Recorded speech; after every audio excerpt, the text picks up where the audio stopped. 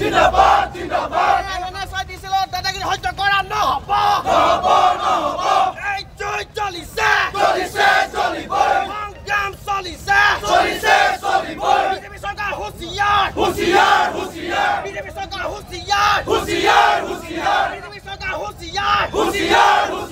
কবি সহমত কাম নাই কবি সহমত কাম নাই জয় আয়খ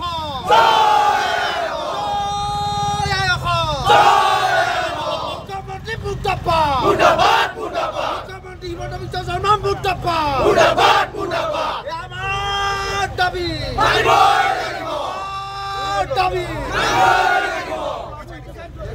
NSI diesel high. Komando NSI diesel high. কাম নাই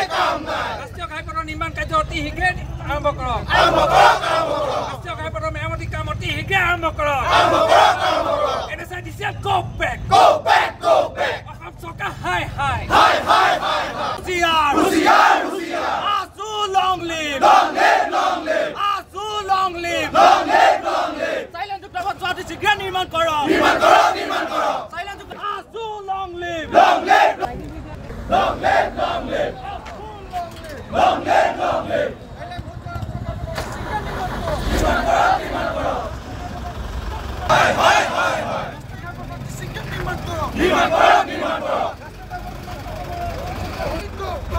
back.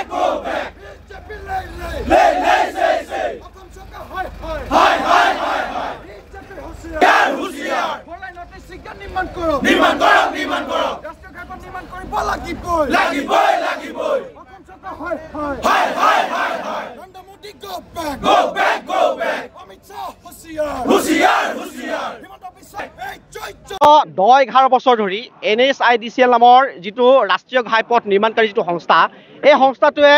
এইটো যিটো 37 নং ৰাষ্ট্ৰীয় ঘাইপথ এই ঘাইপথটো নিৰ্মাণ কৰাৰ ক্ষেত্ৰত তেওঁলোকে বিভিন্ন কোম্পানী ইয়াত নিয়োগ কৰিছিল কিন্তু এই কোম্পানীবিলাকে ইয়াত আহি কেৱল তেওঁলোকৰ দাদাগিৰি তেওঁলোকৰ মৈমতালিৰ জৰিয়তে এই ৰাষ্ট্ৰীয় ঘাইপথটো সম্পূৰ্ণ কৰাৰ ক্ষেত্ৰত আজিলৈকে কোনো ব্যৱস্থা গ্ৰহণ কৰা নাই 11টা বছৰ এইটো ৰাষ্ট্ৰীয় ঘাইপথৰ যিমান মানুহ হাজাৰ কৰিলে কেৱল দুব্ৰু ভুগিবলগীয়া এটা পৰিৱেশ সৃষ্টি হৈছে সিদিনলৈকে এইটো ৰাজপথত আহি পেলাই মানুহৰ মৃত্যু মুখত পৰিবলগীয়া হৈছে ইয়াৰ পৰা ডিব্ৰুগড়লৈ যোৱা যিটো মেডিকেল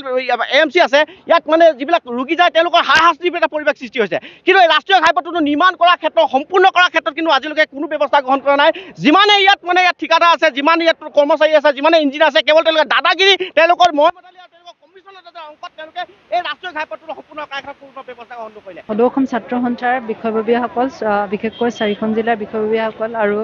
তেখেতসকলৰ ছাত্ৰ সদস্যসকলে আহি আজি ইয়াতে প্ৰতিবাদী কাৰ্যসূচী হাতত লৈছিলে আৰু তেখেতসকলৰ সৈতে আমি আলোচনা কৰিলোঁ বৰ্তমান প্ৰতিবাদী কাৰ্যসূচী তেখেতসকলে উঠাই লৈছে